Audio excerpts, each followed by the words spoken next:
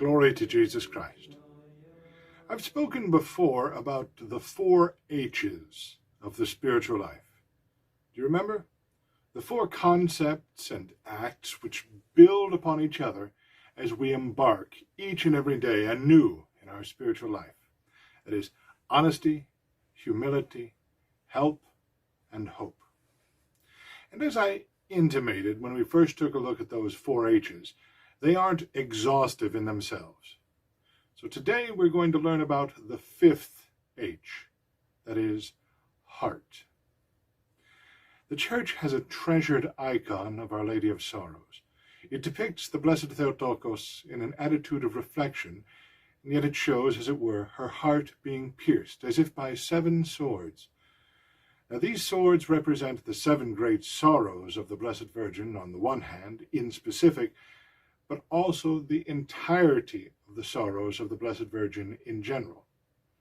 7 being a traditional number of perfection, the 7 swords indicate the perfect completeness of the sorrow in the heart of our Blessed Lady on account of the perfect completeness of her love for God and for us. And the name given to this icon is Softener of Evil Hearts. It is precisely here that we can start our work on that 5th H, heart.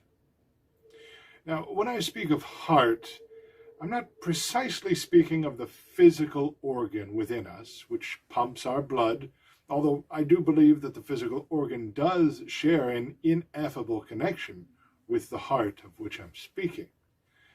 The heart that I mean to address here is that faculty of the soul, which perceives and inclines toward that which is beautiful. And I'll forgive you if you didn't follow that the first time.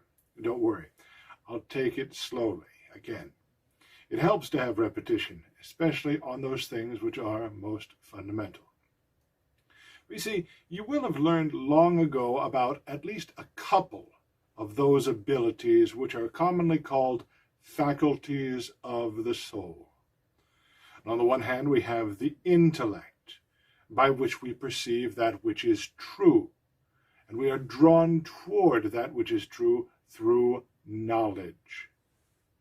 And on the other hand, we have the will, by which we perceive that which is good. We are likewise drawn toward that in desiring.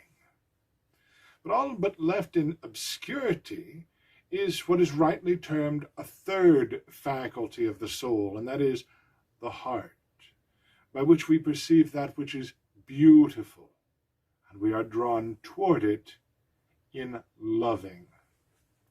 And you can see a brief echo of the knowledge of the faculty of the heart when you're bidden by the Catechism to state why it is that God made you. You remember? God made me to know him, to love him, and to serve him in this world, and to be happy with him forever in heaven. See, we know the truth by the intellect. We serve the good through the will, and we love the beautiful through the heart. Knowing, serving, loving. But in the spirit of the 1st H, that is, honesty, we have to admit today, our hearts, and the hearts of so many, are very, very far from God today. We must learn a hard lesson. That is, that the love which is owed to God is not an emotion. Rather, it is the act of the heart as faculty of the soul. For many of us might have an emotional attachment to our idea of God. How many of us can state, however, that we love God with that love which is above emotion, above thought even? Indeed, how could we even begin to do so? How indeed? Here we are, before our Blessed Lady, the softener of evil hearts, so that we can learn how. So let's learn, you and I. Let's learn how to make a beginning on that 5th H, and learn how to love. The Blessed Theotokos is the perfect example and teacher in showing us how to love God. The lessons that we must learn are not to be found in words in a book. These words can reflect, after a certain fashion, thoughts which surround the lessons of love, which are to be learned here from the softener of evil hearts. But the words can only reflect. They can only direct us to where we are so that we may learn. We ourselves must be prepared to do the work of having our own hearts softened so that they can be created anew, created as pure and clean hearts within us by the working of sanctifying grace. This work was a lifelong work for our Blessed Lady. As a consequence of such purity of heart, you see that she has been pierced sevenfold with sorrows. So know this: as we embark on the great work of genuinely loving God, there will be sorrows. For genuine love, being beyond emotion or comfort, will sometimes cause what seem to be contrary reactions within our bodily emotional centers. To the materially minded, it's a cruel surprise that love would bring about sorrow.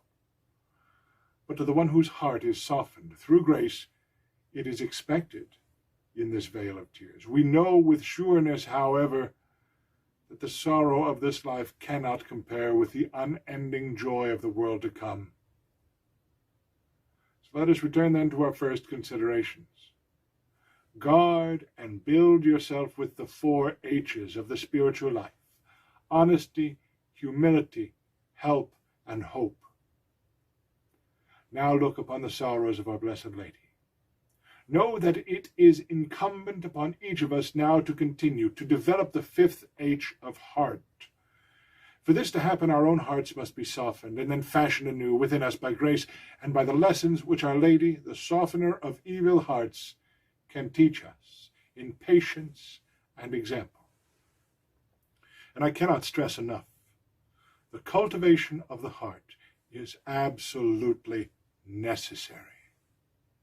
Any apostolate, any mission, any good work, any study, any life will ultimately fail without the heart. Let us together live the words of the Troparion. Soften our evil hearts, O Theotokos, and quench the attacks of those who hate us, and loose all the rigidity of our soul. For looking on thine holy image, we are filled with compunction by thy suffering and loving kindness for us, and we kiss thy wounds. We are filled with horror for the darts with which we wound thee. Let us not, O Mother of compassion, because of the cruelty of our hearts, perish from the cruelty of heart of those near us, for thou art in truth the softener of evil hearts.